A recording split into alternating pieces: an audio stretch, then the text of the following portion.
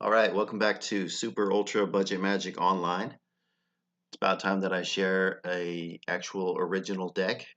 This is a deck that I call Dino Burn. You can build it on MTGO for under $4 and in paper for under $50, which is pretty awesome. Um, it's kind of a janktastic deck and actually pretty reasonable to build on Arena as well. Um, and there's certainly room for variation. This is basically what I have built for paper version of this deck, and then I've got a different version that I play on Arena because I don't have some of these rares or even some of these uncommons yet on Arena. Um, but it's a very affordable deck. It's a lot of fun to play and does some silly stuff. So there's three primary things that are going on in this deck. One of the things is going to be ramp. You've got things like the Elvish Rejuvenator, and currently my favorite ramp spell in the format is Circuitous Route.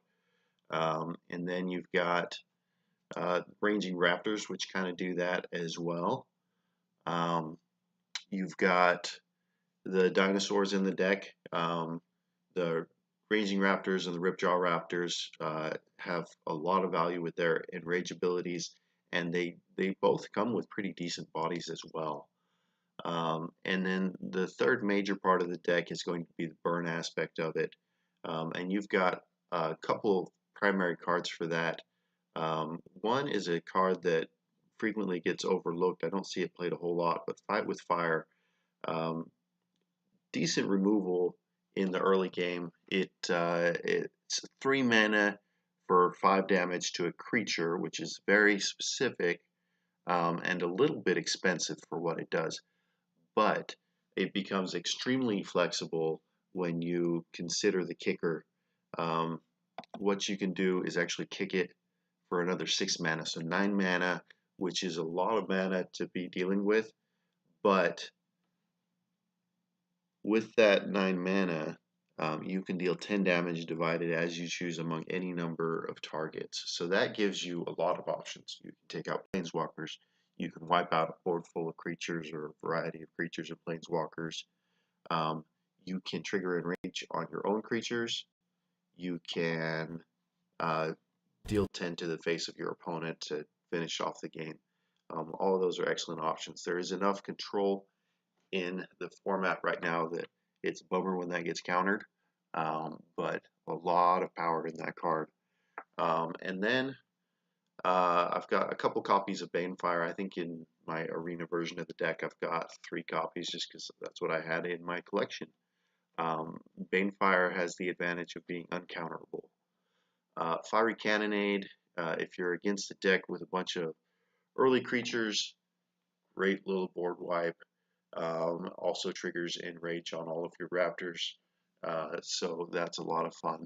I did actually play a Rakdos Pirates deck the other day that ran pretty fast, and Fiery Cannonade would be wasted on that, but you're probably not going to run into that deck very often just yet. One of the issues that you run into with red is that your removal is primarily damage based, and sometimes you end up with stuff that is just too big. And so sometimes you run out of options, and with this deck, sometimes you go a little bit later in the game.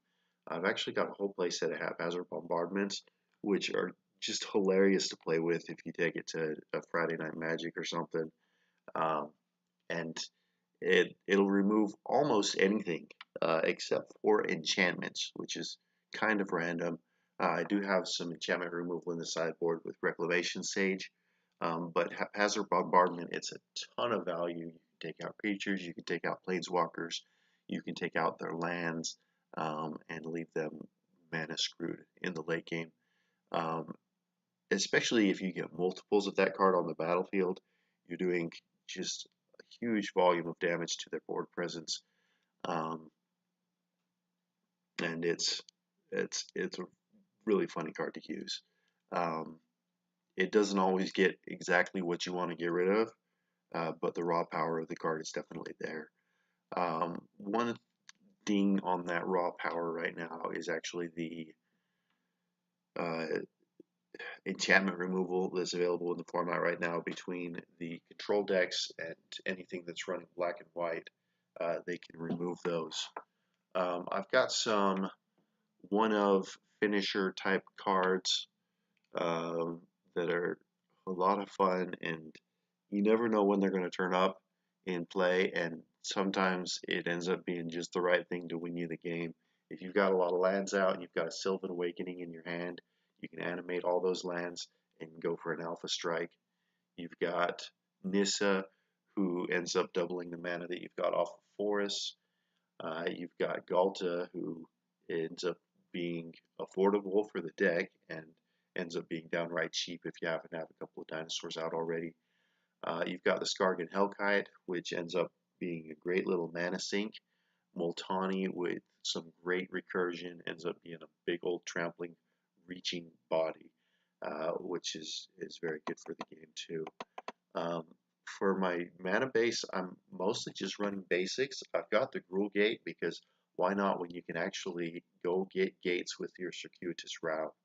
So fun deck. I'll have to show the version that I've got on Magic Arena right now as well and get some games up for you in the next bit. Um, I was also going to mention a couple of potential upgrades with War of the Spark. Elvish Rejuvenator, because you're going out and getting lands from your deck with Circuitous Route, if you end up going late enough in the game and pull an Elvish Rejuvenator, it's pretty lame because you've removed lands from the deck, and so you're less likely to get a hit, and it's a pretty useless body. If you get it out on turn 3, it ends up being a nice little ramp spell that gets you to 5 mana on your next turn pretty well, um, or 4 depending on how many lands are actually in your hand. And then Commune with Dinosaurs uh, for this version of the deck is actually really nice because at the start of the game you can play it and go get yourself a land, and as you get a little further into the game, enough of your cards are dinosaurs that you can find some action with it too. A couple of changes that I am considering for the deck based on the new set. Rather than having the Elvish Rejuvenator, I think the Arboreal Grazer ends up being a better blocker in the early game and can come down significantly earlier and can ramp you earlier in the game as well, even though it doesn't give you the card draw. And then in place of Commune with Dinosaurs, you can put in Nissa's Triumph, which is just a huge amount of raw card draw. Um, it's just forest, so it's not going to pull you any action, but the raw power of having those forests in your hand and thinning out the rest of your deck makes it a pretty significant inclusion. And then if you happen to have Nissa available too, you're getting double mana off all of that action. So um, I think that's probably what I'm going to do with the deck moving forward, but it's been a lot of fun in this version as well. You may notice that there's a lot of cards in the deck that are not all that new. You got some Dominaria, you got some Guilds of Ravnica, you've got some Ixalan block, you've got some M19. Out of the last couple sets, there's just a couple of cards. You've got Nissa, who shakes the world from the latest set, um, and then you've got Skargan Hellkite. Those are both one-ofs from the last couple sets, so that is part of what helps to make this such an affordable deck, but it's still got a lot of power in the current format.